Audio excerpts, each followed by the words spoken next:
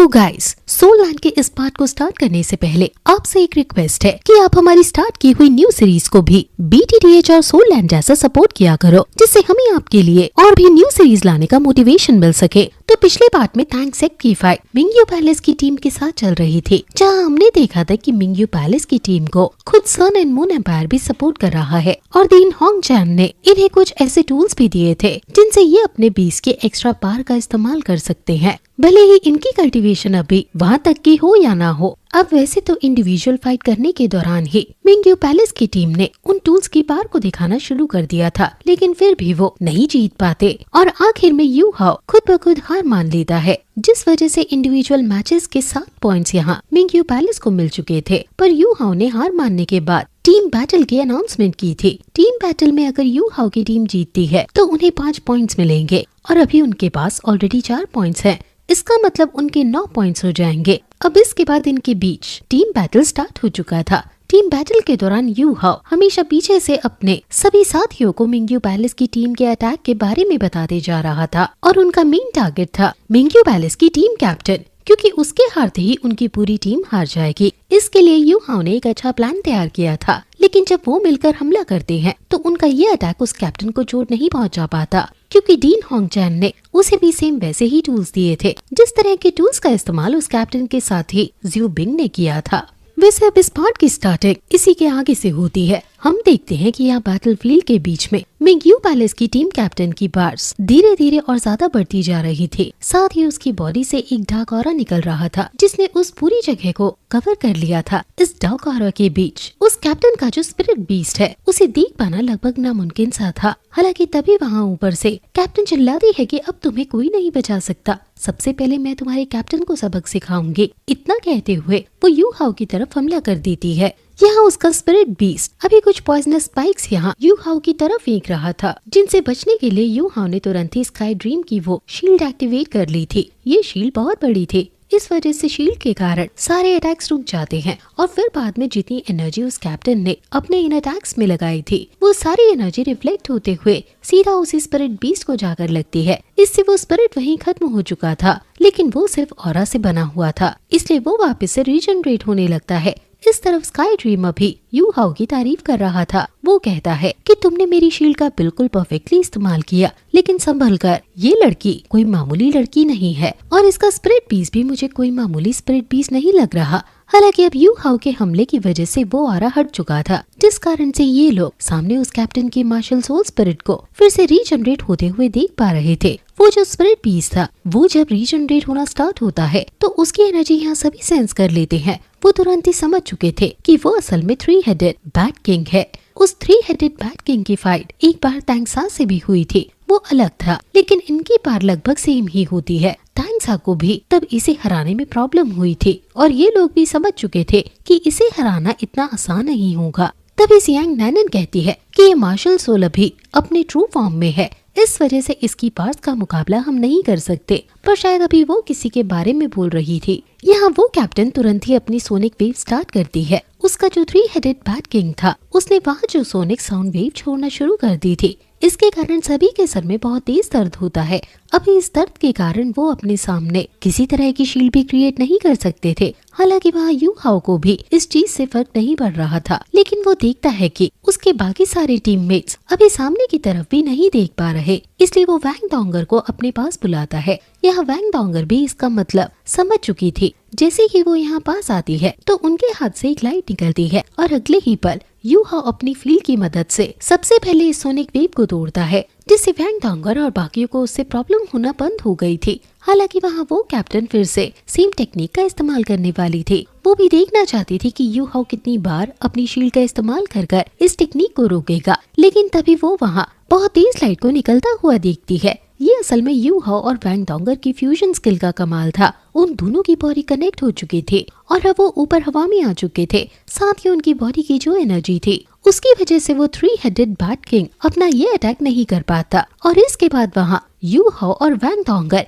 एक ही बार में frozen skill का इस्तेमाल करते हुए उस 3 हेडेड बैट किंग की पूरी बॉडी को फ्रीज कर देते हैं। यहाँ जैसे जैसे उसकी बॉडी फ्रीज हो रही थी तो वैसे वैसे ही इस चीज से उस कैप्टन को भी डैमेज पहुंच रहा था। वो मार्शल स्पिरिट जैसे ही पूरी तरह से फ्रीज होती है तो वो कैप्टन भी वहाँ से नीचे गिर पड़ती है। अब इस चीज को देखकर पूरी ऑडियंस हैरान थी। साथ ही वहाँ दीन होंग चैन भी ये चीज समझ चुके थे कि ये वही टेक्निक है जिसका इस्तेमाल यू हाओ और वैंग डोंगर ने पिछले कंपटीशन के दौरान किया था। हालांकि उस कैप्टन के नीचे गिरते ही यहाँ रेफरी ने तांग सेट को इस मैच का विनर अनाउंस कर दिया था, जिस वजह से सारी ऑडियंस जोर जोर से तांग सेट का नाम चिल्लाने लगती है। अभी सबसे ज्यादा वहाँ लॉन्ग सेट की वो लड़कियां खुश लग रही थी जिन्हें यू हाओ ने अकेले हराया था। वैसे ये लोग जितना ज्यादा खुश थे उतना ही ज्यादा गुस्सा भी वहाँ तियान रेनन को आ रहा है। हालांकि उसकी एक और चाल नाकाम हो चुकी है। वैसे इसके बाद अब सीन शिफ्ट होकर सीधा रात पर आता है। हम देखते हैं कि अभी यू हाओ, काइटो, वैंग डोंगर और ज़्याओ ज़्याओ चारों ही अंडरग्राउंड सोल गाइड कंपटीशन के लिए जा रहे थे।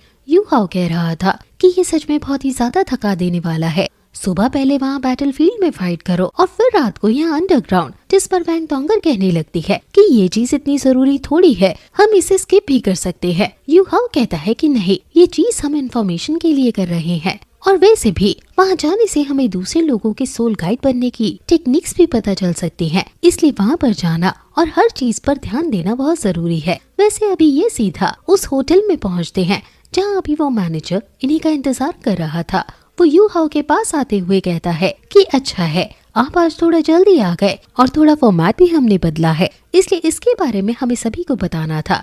यू हाओ बताता है कि तुम आज बहुत एक्साइटेड लग रहे हो, जिस पर मैनेजर कहता है कि हाँ आज ज्यादा लोग आए हैं इस मैच को देखने के लिए क्योंकि आज नॉर्मल मैच नहीं होगा। वो बताता है कि पहले इन सभी को पहले की ही तरह एक लिमिटेड टाइम में सोल गाइड वेपन क्रिएट करना है, लेकिन वेपन क्रिएट करने के बाद डायरेक्टली इन्हें पास नहीं किया जाएगा, बल्कि इनके ही बनाए हुए वेपन से बाद में इन्हें किसी दूसरे पार्टिसिपेंट के साथ फाइट करनी होगी। ये fight life and death battle की तरह होगी, मतलब इसमें सामने वाला अगर मारा भी जाता है तो उसके कॉम्पिटिटर को कुछ नहीं कह सकते। ये सुनकर यू हाओ थोड़ा सा हैरान था। इसके बाद अब ये कंपटीशन शुरू होता है। हम देखते हैं कि सभी को लिमिटेड टाइम दिया गया था, लेकिन यू हाओ ने सबसे पहले अपना सोल गाइड वेपन तैयार कर लिया था। उसके बाद काइडो अपना वेपन तैयार होने की अनाउंसमेंट करता है और इसके बाद एक एक करके, वैसे अब लगभग सभी लोग टाइम पर अपने वेपन तैयार कर चुके थे, जिसके बाद फाइनली उस बैटल का टाइम आ चुका था। यहाँ मैनेजर उस नई बैटलफील्ड को बाहर निकाल कर लाता है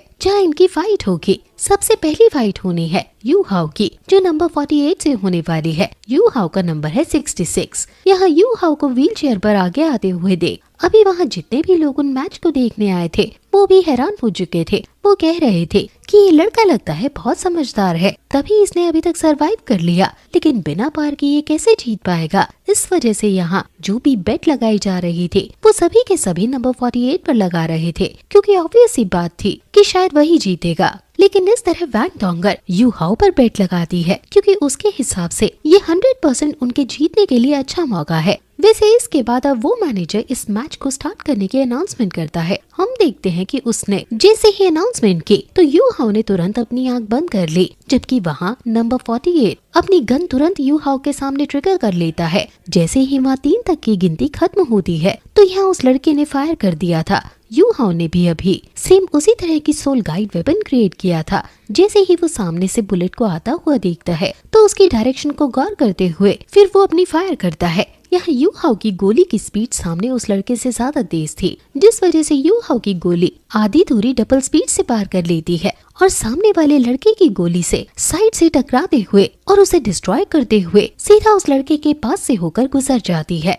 अभी वो लड़का इस चीज से बहुत ही ज्यादा घबरा चुका था क्योंकि गोली उसके बहुत नजदीक से निकली थी, लेकिन यू हाओ ने ये गोली जानबूझकर उसके पास से निकाली जिससे कि उसे चोट न लगे, क्योंकि गोली के पीछे टकराते ही वहाँ बहुत ही तेज धमाका हुआ, जिसकी वजह से वो लड़का सीधा आगे की तरफ आकर गिरा। यू हाओ कहता है कि अगर ये गोली मैं तुम्हारी तरफ चलाता तो तुम मारे जाते, इसलिए तुम समझ ही चुके होंगे कि अब तुम्हें हार मान लेनी चाहिए। वैसे यू हाओ को ये चीज समझाने की जरूरत नहीं थी क्योंकि ये सब समझ चुके हैं। साथ ही वहाँ वो रेफरी मतलब कि मैनेजर नीचे आकर ये चीज अनाउंस करता है कि नंबर 48 ये मैच हार चुका है और जीत हुई है नंबर 66 की, मतलब यू हाओ की। अभी इस मैच के खत्म होने से वहाँ जितने भी लोग इस मैच को देख रहे थे सभी बहुत ही ज्यादा हैरान हो चुके थे। यहाँ सिर्फ 2 लोग हमें खुश दिखाई देते हैं, एक वैंग डोंगर और दूसरा एक आदमी जिसने यू हाओ के ऊपर बेट लगाई थी। वो तो अभी बहुत ही ज्यादा खुश था क्योंकि उसने सिर्फ तुक्का लगाया था। हालांकि अब यहाँ से जितने भी आगे की फाइट्स होनी थी, मतलब वो इलाइट कंपटीशन वाली फाइट, वो बहुत ही स्पीड से हमें दिखाई जाती है। अभी अगले ही दिन टैंक सेक्ट की फाइट एक दूसरी टीम से हो रही थी, जिसे टैंक सेक्ट बहुत ही स्पीड से हरा दी है। अभी रूल्स भी थोड़े से बदल चुके थे क्योंकि अब क्वालिफाइंग बैटल स्टार्ट हो चुके हैं। वैसे तो शुरुआत में हमें सिर्फ फाइट दिखाई जाती है, लेकिन हम उन फाइट्स के सीन्स को लगाते हुए यहाँ उन रूल्स को समझ लेते हैं। अभी टोटल 6 बैटल्स हो रहे हैं, जिनमें जो टीम 6 बैटल्स जीत लेगी वो डायरेक्टली क्वालिफाई हो जाएगी आगे के 6 राउंड्स के लिए। लेकिन इनमें ऐसी भी टीम्स हैं जो कि अभी बैटल्स हार रही हैं, जैसे कि सन एंड मून एकेडमी ने अभी सिर्फ एक ही बैटल हारा है और वो भी सिर्फ टैंक सेक्ट से। वहीं दूसरी तरफ शेक एकेडमी, जिसका अभी तक किसी भी दूसरी टीम से मैच नहीं हुआ था, उसने एक भी मैच नहीं हारा है और वो टोटल 5 मैचेस जीत चुके हैं। ऐसे ही कई सारी दूसरी टीम्स हैं जिन्होंने कुछ मैचेस हारे हैं और कुछ जीते हैं। अभी टैंक सेक्ट अपना 6वां मैच जीत जाता है, की वजह से उन्होंने अपना नाम क्वालिफाइंग लिस्ट में सबसे ऊपर डाल दिया था। दूसरा नाम था यहाँ शेक एकेडमी का, क्योंकि उन्होंने 5 मैचेस जीते हैं और वो भी बिना एक भी मैच हारे हुए। वही तीसरा नाम था सन एंड मून एकेडमी का, जिन्होंने 5 मैचेस तो जीते हैं, लेकिन बस वो एक मैच हार गए थे। अभी अगला मैच शेक एकेडमी का होना है सन एंड मून एकेडमी के साथ, और इसी चीज की प्लानिंग वहाँ टीचर्स और वैंकवेयर के साथ उसकी पूरी टीम कर रही थी, क्योंकि उन्हें ये मैच किसी भी हालत में जीतना है। वैसे ऐसा नहीं है कि अगर वो सन एंड मून एकेडमी से हार जाएंगे तो उन्हें डायरेक्टली डिस्क्वालीफाई कर दिया जाएगा, उन्हें फिर से मौका मिलेगा। लेकिन शायद वो मौका टैंक सेक्ट के साथ लड़ने का हो सकता है, जो कि उनके लिए 100% लॉस वाला होगा, क्योंकि Tank Sect already Sun and Moon Academy को हरा चुका है। इसलिए टैंक सेक्ट को हराना उनके हिसाब से अभी उनके लिए पॉसिबल ही नहीं है। इसलिए उनका मेन फोकस कि अभी शुरुआत में ही सन एंड मून एकेडमी को हरा दिया जाए, जिसे खुद का नाम क्वालिफाइंग लिस्ट में जा सके। वहीं दूसरी तरफ अभी सन एंड मून एकेडमी भी इसी चीज की प्लानिंग कर रही थी। वहाँ उन लोगों को भी किसी भी कीमत पर शेक एकेडमी को हराना है, तभी वो 6 मैचेस जीतकर अपना नाम उस लिस्ट में ऊपर ला पाएंगे। वैसे यहाँ अभी शेक एकेडमी की वो मीटिंग खत्म होने के बाद सभी मीटिंग रूम से बाहर निकल आते हैं। सभी बात कर रहे थे कि कल उनके लिए एक बहुत इम्पोर्टेंट दिन है, क्योंकि कल का मैच उन्हें किसी भी कीमत पर जीतना है। इसलिए वो कह रहे थे कि आज तो हम बहुत गहरी नींद सोएंगे, जिससे हमारी सारी बात रिकवर हो जाए। उन्हें अभी ज्यादा चिंता नहीं है, लेकिन असली चिंता सिर्फ वैंकवेयर को है, क्योंकि वो टीम कैप्टन है और उसके ही ऊपर सारा प्रेशर है, क्योंकि वो टीम को हारने नहीं दे सकती। वो अभी याद कर रही थी कि जो शेक एकेडमी की ग्लोरी है, उसे पिछले बैटल में यू हाउ ने ही संभाला था। वो यहाँ बाहर जाकर चांद की तरफ देखते हुए सोचती है कि यू हाउ, अगर मेरी जगह तुम होते तो तुम क्या करते। जब वो ऐसा सोच रही थी, उसी दौरान वो अपने साइड में यू हाउ को बैठा हुआ देखती है। वो भी वहाँ व्हील चेयर पर बैठकर अभी चांद को देख रहा था। हालांकि वो वैंकवेयर से कुछ नहीं कहता। वैंकवेयर भी उसे देखते ही बाहर से वापस लौटने लगती है। वैसे अभी बीच में वो रुकती तो है, शायद वो कुछ कहना चाहती थी या यू हाउ से मदद लेना चाहती थी, लेकिन वो कुछ नहीं कह पाती और सीधा आगे बढ़ जाती है। हालांकि इसके बाद अब सीन शिफ्ट होकर सीधा अगले दिन पर आता है। हम देखते हैं कि वहाँ बैटलफील्ड के आसपास ऑडियंस आना शुरू हो चुकी थी, क्योंकि जल्द ही Sun and Moon Academy versus शेक एकेडमी का मैच स्टार्ट होने वाला है। आज के दिन के लिए सभी लोग बहुत ही ज्यादा एक्साइटेड थे, क्योंकि यहाँ पर सन एंड मून एकेडमी के बहुत ज्यादा सपोर्टर्स हैं और ये मैच एक तरह से सन एंड मून एकेडमी के लिए लाइफलाइन हो सकता है आगे आने वाले मैचेस में हिस्सा लेने के लिए, क्योंकि अगर वो यहाँ हार जाते तो शायद उन्हें लौट कर जाना होगा। वैसे इस तरफ हम देखते हैं कि यांग सेक्ट भी इस लड़ाई को देखने के लिए पहुँच चुका था। यू हाउ अभी कह रहा था कि सन एंड मून एकेडमी उनकी ही ट्रिक का इस्तेमाल करेगी, मतलब जिस तरह से टैंक सेक्ट ने सन एंड मून एकेडमी के साथ फाइट करते वक्त कुछ मैचेस जीतने के बाद सरेंडर कर दिया था, जिससे वो टीम बैटल कर सके, वैसे ही अभी कुछ सन एंड मून एकेडमी भी करने की कोशिश करेगी, क्योंकि इसी चीज में समझदारी है। हालांकि यू हाउ जैसे सोच रहा है, अगर सच में ऐसा होता है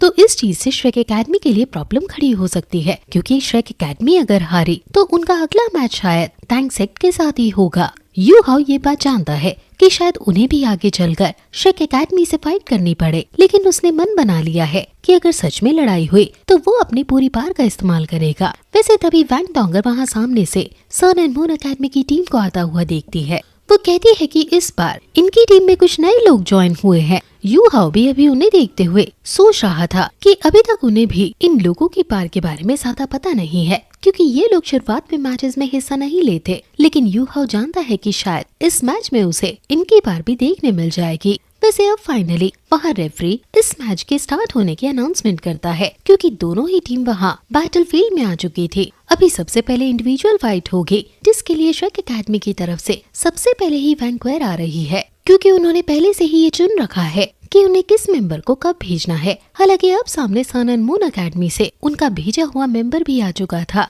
वो यहाँ आते ही सबसे शुरुआत में अपने दोनों स्पिरिट बीस्ट को बाहर बुला लेता है। दोनों ही सेम स्पिरिट बीस्ट थे और ये दोनों ही स्केलेटन बीस्ट है, जिस वजह से उनका वेट बहुत कम है, जिस कारण से इनकी स्पीड बहुत ही तेज हो जाती है। वहाँ बैटल स्टार्ट होते ही उस लड़के ने उन दोनों ही स्पिरिट बीस्ट से वैंक्वायर पर हमला करना शुरू कर दिया था। वैंक्वायर अभी यहाँ उसके हमले से बच रही थी। वैसे वहाँ वो लड़का हंसते हुए वैंक्वायर से कहता है कि शायद तुमने मेरे पुराने मैचेस नहीं देखे। वो ऐसा शायद इस वजह से कह रहा था क्योंकि उसने पहले अभी तक लड़ाई नहीं की है, क्योंकि वो अपने मेंबर्स की पार को सीक्रेट रखना चाह रहे थे और ये अभी अभी टीम में ज्वाइन हुआ है। हालांकि यहाँ लड़ाई करते वक्त अभी वैंक्वायर उसके हर एक अटैक से बचती है, लेकिन उसी दौरान वो लड़का कुछ छोटी बॉटल्स वहाँ बैटलफील्ड पर फैला देता है, जिनके ब्लास्ट होते ही वहाँ एक फॉग फैल चुकी थी। अभी इस फॉग का या यूं कह लो कि इस गैस की वजह से आसपास देख पाना लगभग नामुमकिन सा था। इस चीज का फायदा उठाते हुए वो लड़का वहाँ दूर से अपने सोल गाइड टूल का इस्तेमाल कर बीच में फायर करना शुरू कर देता है,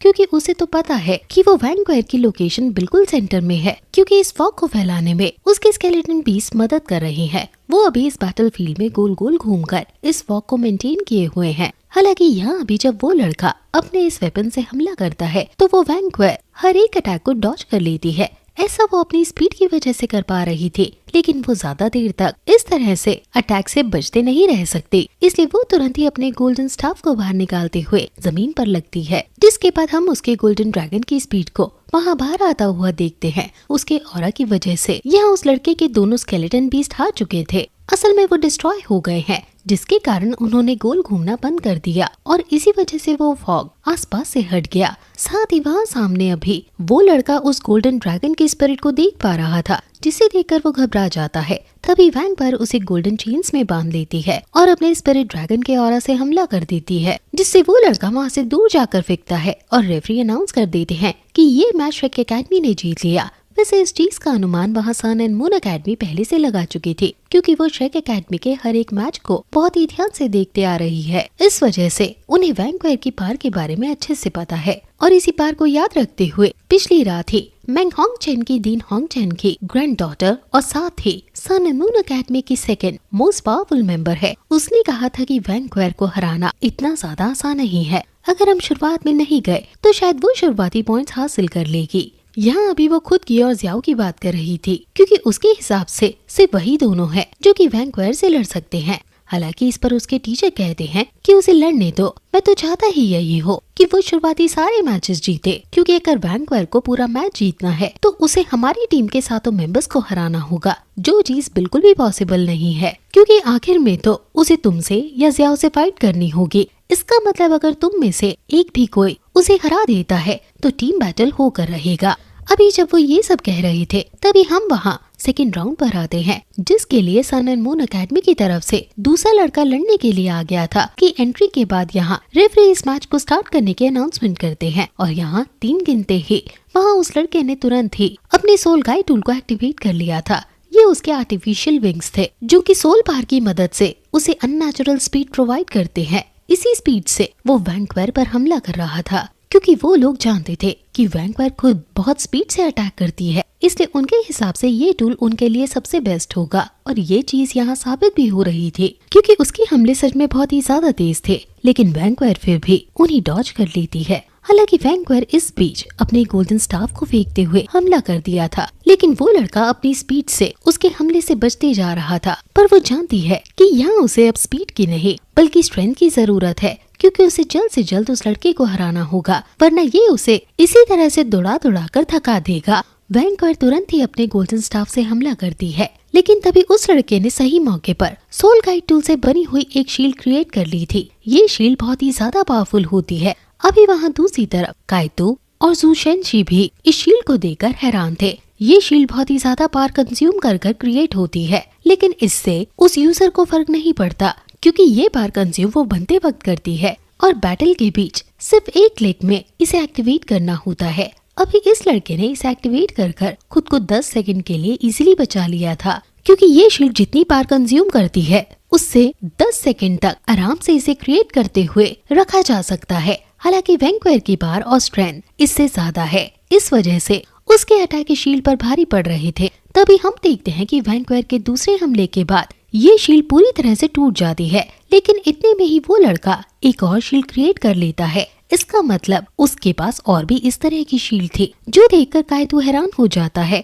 वो कहता है कि इन लोगों ने सच में इस बैटल के लिए लगता है बहुत पैसे खर्च किए हैं, क्योंकि ये शील्ड इतनी भी सस्ती नहीं है कि इनका इतना ज्यादा इस्तेमाल कोई नॉर्मल टीम कर पाए। लेकिन ये जायज सी बात थी कि अगर सन एंड मून एकेडमी को सरवाइव करना है तो उन्हें जो बन पड़े वो करना होगा। हालांकि इस चीज से वहाँ यू हाओ ये बात अच्छे से समझ चुका था कि अभी सन एंड मून एकेडमी क्या करने की कोशिश कर रही है। वो जानता है कि पूरी टीम यहाँ वैंक्वायर से फाइट करते हुए उसकी पार को खत्म करना चाहती है, जिससे टीम बैटल में श्रेक एकेडमी अच्छा परफॉर्म ना कर पाए और वहाँ के सारे point Sun and Moon Academy ले ले। हालांकि तभी वहाँ दूसरी तरफ वैंक्वायर के एक और खतरनाक हमले के बाद वो दूसरी शील्ड भी डिस्ट्रॉय हो जाती है। लेकिन अब उस लड़के ने एक के बाद एक कई सारी उसी तरह की शील्ड निकालना शुरू कर दी थी। साफ साफ मतलब यही था कि वो बाकी और की पूरी पार खत्म करना चाहता है। इस वजह से वो इतनी महंगी चीजें यहाँ लेकर आए, लेकिन वैंक्वायर भी हार मानने वाली नहीं थी। वो एक के बाद एक गोल्डन स्टाफ की पूरी पार का इस्तेमाल करते हुए उन शील्ड को डिस्ट्रॉय कर देती है।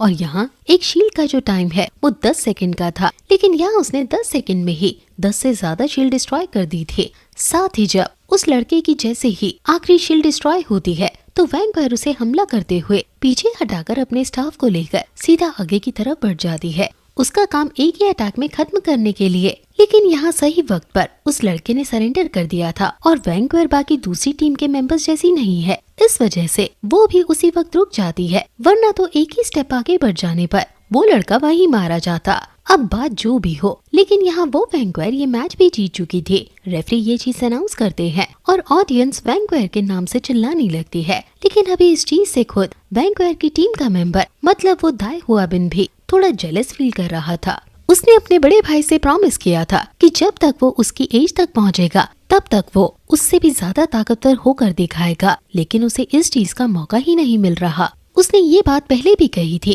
कि उसे आज के इस मैच में शुरुआत में जाने की परमिशन दी जाए, लेकिन टीचर्स वो ने मना कर दिया। अभी वो टीचर्स वो से भी यही बात कर रहा था कि आपने वैंक्वायर को पहले क्यों भेजा, आप मुझे भी तो पहले भेज सकती थी। जिस पर टीचर्स वो कहती है कि नहीं, हम सिर्फ एक पर्सन के ऑनर के कारण पूरी टीम को दाव पर नहीं लगा सकते। हमने जो डिसीजन कर लिए थे हम उसी हिसाब से फाइट करेंगे। वैसे पिछली रात सन एंड मून एकेडमी के मास्टर ने सभी से ये बात कही थी कि अगर श्रेक एकेडमी इंडिविजुअल बैटल के दौरान सभी मैचेस जीतना भी चाहती है तो भी वो ऐसा नहीं कर सकती, क्योंकि अगर उन्हें सभी मैचेस जीतने हैं तो उनके शुरुआती प्लेयर को ही हमारे साथों मेंबर से लड़ना होगा और फिर लड़कर उन्हें हराना होगा। लेकिन ये पॉसिबल नहीं है। हम वैंक्वायर को आखिरी मैच में हरा देंगे, जिससे उनके पास 6 पॉइंट्स होंगे और फिर हमें सिर्फ उनकी टीम के 3 लोगों को हराना है, जिससे हमारे पास 3 पॉइंट्स आ जाएंगे। वैंक्वायर के हारने के बाद हम 2 और लोगों को आसानी से हरा सकते हैं और उसके सामने के जैसे ही 3 लोग हारेंगे हम वैसे ही हार मान लेंगे, जिससे उन्हें टोटल मिलेंगे 7 पॉइंट्स और हमारे होंगे 3 पॉइंट्स। इसके बाद हम टीम बैटल की डिमांड करेंगे। टीम बैटल में 5 पॉइंट्स मिलते हैं और टीम बैटल किसी भी तरह से हमें ही जीतना है। और वैसे भी हम इन 7 राउंड के बीच ऑलरेडी वैंक्वायर को इतना थका देंगे कि वो टीम बैटल में बिल्कुल भी अच्छा परफॉर्म नहीं कर पाएगी और टीम बैटल के जीते ही हमारे 3 पॉइंट सीधा 8 पॉइंट्स में बदल जाएंगे। इसका मतलब श्रेक एकेडमी से 1 पॉइंट ज्यादा और फिर जीत हमारी होगी। जब वो ऐसा यहाँ अभी पास में इन सभी को बता रहे थे, वहीं प्रेजेंट टाइम में वैंक्वायर अपने तीसरे ओपोनेंट से फाइट कर रही थी, जिसे वो बहुत ही आसानी से हरा देती है और हराने के बाद वो आगे बढ़कर अनाउंस करती है कि यहीं वो लोग हार मानते हैं और अब वो टीम बैटल की डिमांड कर रही है। यहाँ देखने की बात थी कि जो चीज वहाँ सन एंड मून एकेडमी के टीचर ने प्लान की थी वही सेम चीज ये लोग कर रहे हैं। इस वजह से अभी उस टीचर का फेस देखने लायक था। हालांकि अभी ऑडियंस तो इस फैसले से हैरान है, लेकिन वहाँ दूसरी तरफ यू हाओ भी स्माइल कर रहा था, क्योंकि उसके हिसाब से वैंक्वायर ने बिल्कुल सही डिसीजन लिया है। इन लोगों ने इस चीज की भी पहले से प्लानिंग कर रखी थी, क्योंकि ये जानते थे कि फालतू में एक्स्ट्रा मैचेस खेलकर कोई फायदा नहीं है, क्योंकि आखिरी में टीम बैटल होकर ही रहेगा। वैसे यहाँ सन एंड मून अकेडमी का टीचर वापस अपनी जगह पर बैठते हुए खुद से कहता है कि वैसे भी मुझे ये चीज बिल्कुल भी नहीं बोलनी चाहिए कि आखिर वैंक्वायर भी तो श्रेक अकेडमी से ही बिलोंग करती है। ऐसा वो युहाओ की तरफ देखते हुए कह रहा था। वैसे अब रेफरी अनाउंस करता है कि वो दोनों ही टीम यहाँ टीम बैटल के लिए यहाँ बैटल फील्ड में आ जाए। वैसे अब वहाँ सन एंड मून अकेडमी की टीम के वो टीचर खड़े होते हुए अपने सभी स्टूडेंट से कहते हैं कि इस मैच के दौरान तुम्हें वैंक्वायर को पूरी तरह से भूल जाना है। तुम्हें सिर्फ अपने बारे में सोचना है, क्योंकि तुम सब भी जानते हो कि अगर हम ये मैच गलती से भी हारते हैं तो हमारे साथ क्या होगा। साथ ही इसके बाद वो पूछते हैं कि कल प्रिंस ने जो हमसे कहा था वो तुम सबको याद है ना, जिस पर सभी हाँ करते हैं। पिछले ही दिन जब ये इनकी मीटिंग चल रही थी, उस दौरान प्रिंस ने उन्हें समझाया था कि इन्हें ये मैच किसी भी कीमत पर जीतना है। प्रिंस पहले ही टैंक सेट से अपनी चुनी हुई टीमों को हारता हुआ देख बहुत गुस्से में है। इस वजह से उसने सन एंड मून अकेडमी की टीम को धमकी दी थी कि अगर वो हारते हैं तो शायद वो फिर से किसी मैच के लिए जिंदा ना बच पाए। अब इस चीज को याद करते हुए पूरी मोटिवेशन में सन एंड मून अकेडमी की टीम वहाँ बैटल फील्ड में एंटर करती है। और इसी के साथ ये पार्ट यहीं पर खत्म हो जाता है।